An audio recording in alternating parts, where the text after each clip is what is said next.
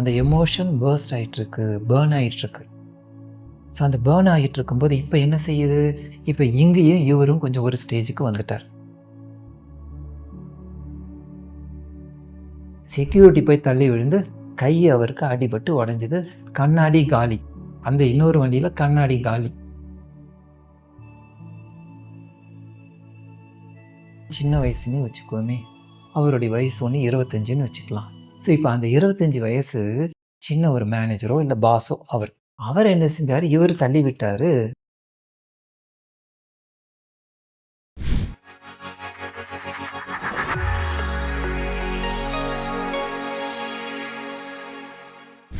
இவர் என்ன செய்கிறாரு, உடனே அவரை கூப்பிடு, இவரை கூப்பிடு, யார் உங்கள் மேனேஜர், உங்களுடைய பாஸ் யார், பாஸை கூப்பிடு அப்படிங்கிறது இவரும் கொஞ்சம் சத்தம் போடுறாங்க. ஸோ இப்போ என்ன ஆகுது, அந்த இடத்துல கொஞ்சம் ஹீட்டடாக பார்க்குது. ஒரு குட்டி விஷயந்தான், எக்ஸ்ட்ராவாக கொடுத்ததை அவர் வேணுன்னா கொடுத்துருக்கலாம் கூட.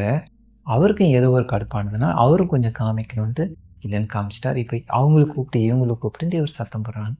பையன் சொல்கிறாரு, நீங்கள் கொஞ்சம் அமைதியாக இருங்க, ஏன்ப்பா பரவாயில்ல அட்ஜஸ்ட் பண்ணிக்கலாம், எனக்கு வேண்டாம் அப்படின்ட்டு வந்து சொன்னாலும், இல்லை இதெல்லாம் இப்படி விடக்கூடாது, இப்படி செஞ்சாதான் அப்போ தான் அவங்களுக்குலாம் புத்தி வரும் அப்படிங்கிறத சொன்ன உடனே பையன் என்ன செஞ்சிட்டாரு, புத்தி கொடுக்கணும்னா இப்படி தான் செய்யணும், அப்போ நல்லதை நடக்க வைக்கணும், இப்படி தான் பண்ணணும், நமக்கு வேண்டியதை செய்யணும்னா இப்படி தான் செய்யணுமான்னு இப்போ அந்த எமோஷன் கண்ட்ரோல் இல்லாமல் போயின்னு இருக்கு இல்லையா, அந்த விஷயத்தை யார் பையன் இப்போ கற்றுக்கிறார். இப்போ என்ன நடக்குது, முடிஞ்சிருதுன்னு வச்சுக்கோமே. சரி, ஏதோ ஒன்று அங்கே ஆச்சு. அதுக்கப்புறம் இப்போ அவர் சாப்பிட்டு முடிச்சுட்டு அந்த கடுப்போடையே வந்து பில்லை பே பண்ணிவிட்டு அவருக்கு இது பண்ணிவிட்டு எல்லாத்தையும் செய்துட்டு வராரு அப்படின்னு வச்சுக்கிட்டோன்னா கூட இப்போ என்ன ஆகுதுன்னா, மனசுக்குள்ளாக ஓடிக்கிட்டே இருக்குது. ஒருத்தர் இவர் ஏற்கனவே உருவாக்குனவர், அப்பா உருவாக்கிட்டு ஓடிட்டுருக்கு. பையனும் இப்போ இதெல்லாம் பார்த்துக்கிட்டே அவரும் வந்து போயிட்டுருக்காங்க. போன இடத்துல இப்போ வந்து வண்டி எடுக்கிறதுக்கு வந்தாங்க. வண்டி எடுத்து பார்க்கிங் செய்த இந்த இடத்துல இன்னொருத்தர் எதிர்க்க பார்க்கிங் செய்து வச்சுருக்காரு, எடுக்க முடியல. இப்போ எப்படி இருக்கும் யோசிச்சு பாருங்கள். இப்போ பையனுக்கு கொஞ்சம் கடுப்பாயிட்டுருக்கும். ஏன்னா ஏற்கனவே அங்கே ஹீட்டட் ஆச்சு இல்லையா, ஹீட்டடான விஷயத்தினால அந்த எமோஷன் பர்ஸ்ட் ஆகிட்டுருக்கு, பேர்ன் ஆகிட்டுருக்கு. ஸோ அந்த பேர்ன் ஆகிட்டு இருக்கும்போது இப்போ என்ன செய்யுது, இப்போ இங்கேயும் இவரும் கொஞ்சம் ஒரு ஸ்டேஜுக்கு வந்துட்டார். இங்கே வந்தவுடனே திரும்பவும் அப்பாவுக்கு மறுபடியும் சத்தம் போடுறாங்க. அந்த வண்டிக்காரங்க வந்துட்டு அட்லீஸ்ட் ஓகே நகர்த்திடலாம் அப்படின்னு சொல்லிட்டு வந்தாலும் இங்கே சத்தம் போடுறத பார்த்தோன்னே அவரும் சத்தம் போடுறாங்க. சத்தம் போட்டுக்கிட்டு அடுத்தது யார் வருவாங்க, அங்கே இருக்கிற செக்யூரிட்டி, பார்க்கிங் செக்யூரிட்டி அவர் வராரு. அவர் வந்து அவரும் சத்தம் போட அப்படிலாம் போக என்ன ஆகுது, அதிகமாகிற போது இன்னொருத்தங்களும் வராங்க. அங்கே இருக்கக்கூடிய அந்த மேனேஜரோ பாஸோ வராருன்னு வச்சுக்கோங்க. இப்போ இது ஓடிட்டு இருக்கும் பொழுது இப்போ ஆள் கூட கூட இன்னும் கொஞ்சம் ஹீட்டு அதிகமாகிட்டே தானே இருக்கும். ஸோ ஒருத்தர் அது சொல்ல அப்பா என்ன செய்கிறாரு, செக்யூரிட்டியை தள்ளி விடுறாரு. செக்யூரிட்டி போய் தள்ளி விழுந்து கை அவருக்கு அடிபட்டு உடஞ்சிது. கண்ணாடி காலி. அந்த இன்னொரு வண்டியில் கண்ணாடி காலி. இப்போ பாருங்கள், டேமேஜ் ஒன்று ஒன்றா நம்ம யோசித்து பார்ப்போம். எமோஷனை கண்ட்ரோல் பண்ணாமல் விட்டோன்னு சொன்னால், கரெக்டாக மேனேஜ் செய்யலைன்னு சொன்னோன்னா எவ்வளோ விதமான இழப்புகள் வருது. இந்த இழப்பெல்லாம் நம்மளால் சரி செய்திட முடியுமா? கண்ணாடி உடஞ்சி போச்சு, செக்யூரிட்டியோடைய கை உடஞ்சி போச்சு. இந்த பையன் இதெல்லாம் பார்த்துக்கிட்டு இருந்து கற்றுக்கிட்டு இருக்கிறார் இல்லையா, இப்போ அவருக்கும் டெம்பரேச்சர் ஏறிட்டு தானே. இப்போ அவர் என்ன செய்கிறாரு, அங்கேருந்து வந்த ஒரு மேனேஜர், அவரும் சின்ன வயசுன்னே வச்சுக்கோமே, அவருடைய வயசு 25ன்னு வச்சுக்கலாம். ஸோ இப்போ அந்த 25 வயசு சின்ன ஒரு மேனேஜரோ இல்லை பாஸோ அவர் என்ன செஞ்சார், இவர் தள்ளி விட்டார்.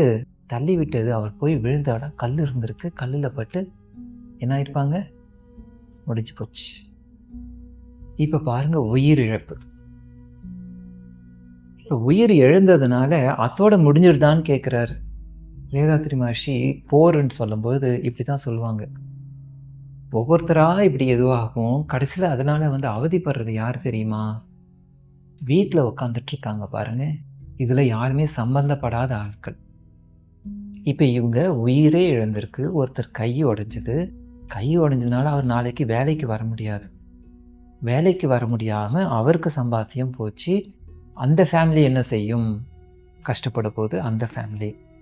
இங்கே ஒரு உயிரே போச்சு. 25 வயசுன்னு சொல்லும்போது எவ்வளோ முக்கியமான ஒன்று. அப்போ அவங்க நல்லா வந்து குடும்பத்துக்காக உதவக்கூடிய அந்த ஒரு சமயத்தில் ஒரு உயிரே போகுதுன்னு சொன்னோன்னா, அப்போ தான் அவருக்கு கல்யாணம் ஆகியிருக்கும், குழந்தை இருந்திருக்கும்.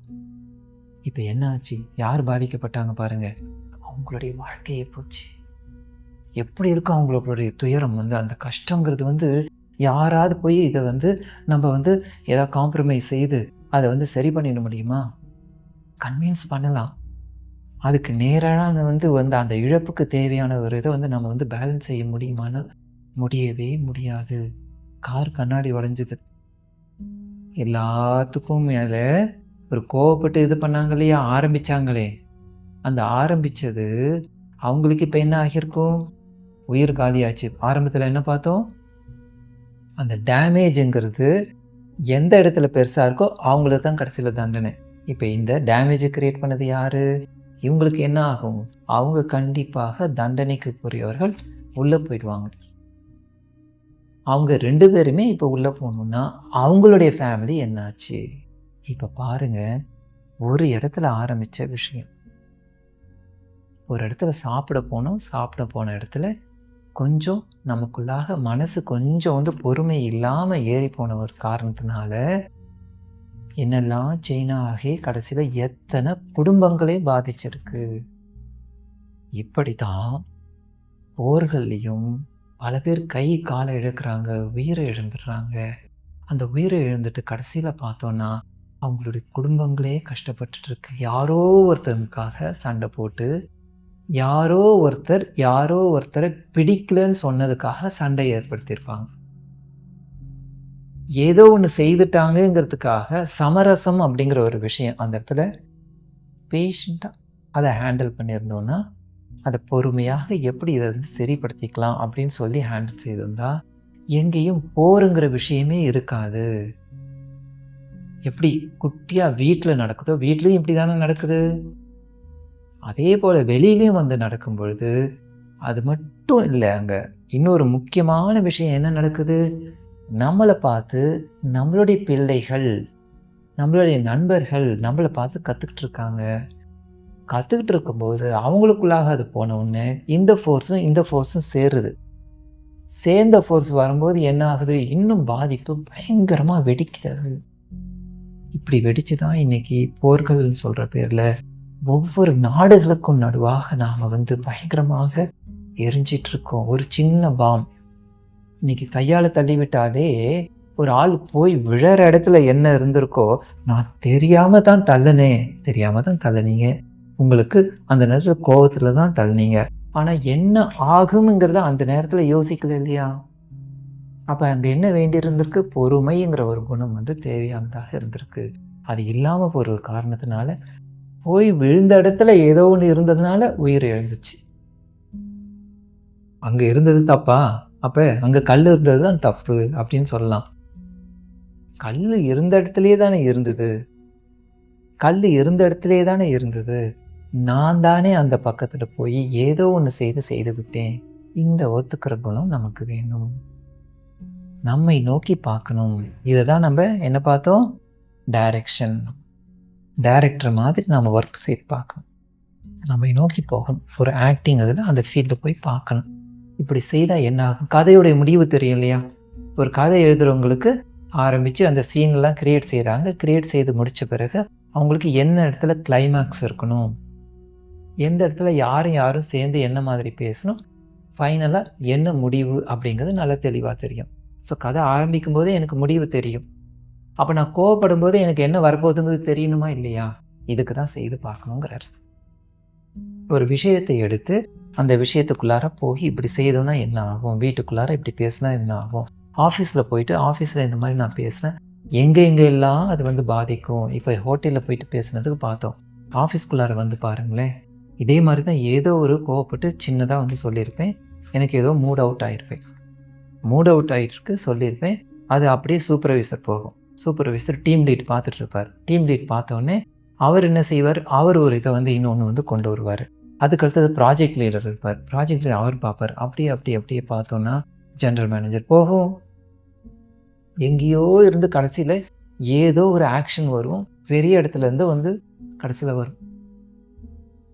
நம்ம குட்டியாக நம்ம சின்னதாக இந்த இடத்துல ஏதோ ஒன்று நினச்சி செய்த ஒரு விஷயம், அங்கே கொஞ்சம் அது வந்து நம்ம வந்து அதை யோசிக்காமல் செய்துட்ட ஒரு விஷயம் எங்கேயோ இருந்து பெரிய பாதிப்பை நமக்கு கொண்டு வரும்.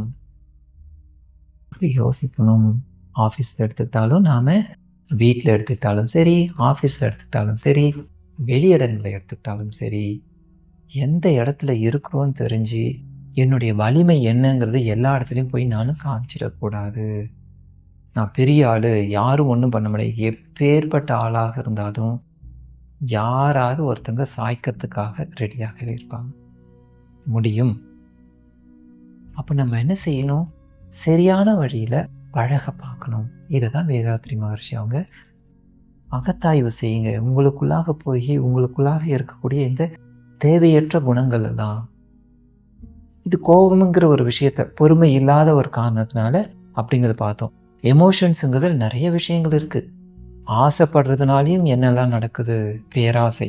ஆசைப்படலாம், இந்த சட்டையை வாங்கணும்னு நினைக்கலாம். ஆனால் அந்த டிஷர்ட்டு கரெக்டான முறையில் வாங்கினா பரவாயில்ல, வேறு மாதிரி போச்சுன்னா என்ன ஆகும்? அதுவும் எமோஷன். வெறுப்பு மட்டும்தான் எமோஷனுங்கிறது இல்லை, நம்மளை நாமளே தாழ்த்திக்கிறோம் இல்லையா, அதுவும் எமோஷன் அப்படிங்கிறாங்க. ஸோ இந்த மாதிரி பல விதங்களில் நாம் எமோஷனில் மாட்டிக்கிறோம். எமோஷனை மேனேஜ் பண்ண தெரிஞ்சுக்கணும். அந்த மேனேஜ்மெண்ட் தான் நமக்கு முக்கியமான மேனேஜ்மெண்ட். இன்றைக்கி ஹோட்டல் மேனேஜ்மெண்ட் தெரியும், இன்றைக்கி நமக்கு என்ன என்வாயர்மெண்ட் மேனேஜ்மெண்ட் தெரியும், ஏர் மேனேஜ்மெண்ட் தெரியும், எல்லா மேனேஜ்மெண்ட்டும் தெரியும். நம்மளுடைய எமோஷன் மேனேஜ்மெண்ட்டையும் நாம் கற்றுக்கிட்டோன்னு சொன்னோன்னா, அந்த எமோஷன் மேனேஜ்மெண்ட் தான் நம்மளுடைய வாழ்க்கையில் பிரச்சனைகளை கொண்டு வராமல் போகும். நம்ம என்ன பார்த்தோம்? பெருசாக ஆகணும்னு யோசிக்கிறோம், பெரிய ஆளாக ஆகிறோம். ஆனால் பெருசாக தேவையில்லாததை செஞ்சிட்டோன்னு சொன்னோன்னா பெரிய பிரச்சனையை கொண்டு வந்துடும். இதுதானே நம்ம ஆரம்பித்தோம். இப்போ என்ன செய்யணுங்கிறது நமக்கு புரிஞ்சிடுதா? பெருசாக ஆகலாம், ஆனால் பெரிய பிரச்சனையை கொண்டு வர வேண்டாம். அதுக்கு நாம் முன்கூட்டியே உட்கார்ந்து நமக்கு நாமே யோசித்து பார்த்தோம். மௌனமாக இருக்க பழகணும். மௌனமாக இருக்கும்போது தன்னைத்தானே தனிமைப்படுத்திக்கணும். தனிமைப்படுத்திக்கிட்டு நாம் உட்காரும் பொழுது என்ன சண்டை உள்ளுக்குள்ளார வந்தாலும் வெளியில் காமிக்க மாட்டோம். அப்போ வெளியில் காமிக்காமல் உள்ளுக்குள்ளாகவே யோசித்து பார்க்குறோம். இதை இப்போ நான் காமிச்சா என்ன ஆகுங்கிறத நானே இன்னொரு ஆளாக நின்று கோவத்தை காமிக்கிறேன், செய்து பார்க்குறேன், என்ன நான் இங்கேருந்து என்ன பதில் வருதுங்கிறது பார்க்குறேன். அப்போ 2 பேரும் பேசிக்கிறோம், என்ன வெர்ச்சுவலாக. அப்படி நாம் பார்க்கும் பொழுது நமக்கு முடிவு என்னவாக இருக்கும் அப்படிங்கிறது தெரிஞ்சிடும். அப்போ பெரிய பிரச்சனைகள் வராது, சின்ன பிரச்சனை தான் வரும். அது பரவாயில்ல, ஹேண்டில் செய்துட்டு சரியாயிடும். அப்போ சின்னதாக உருவாக்கி ஒரு பெரிய ஒரு வாழ்க்கையை அற்புதமாக நாம் உருவாக்குவோம். பொறுமை என்பது நமக்கு வேணும். அதுவும் பப்ளிக் இடத்துல இன்னும் கொஞ்சம் பொறுமையாக இருக்க பழகிக்கணும். வாழ்க வளமுடன்.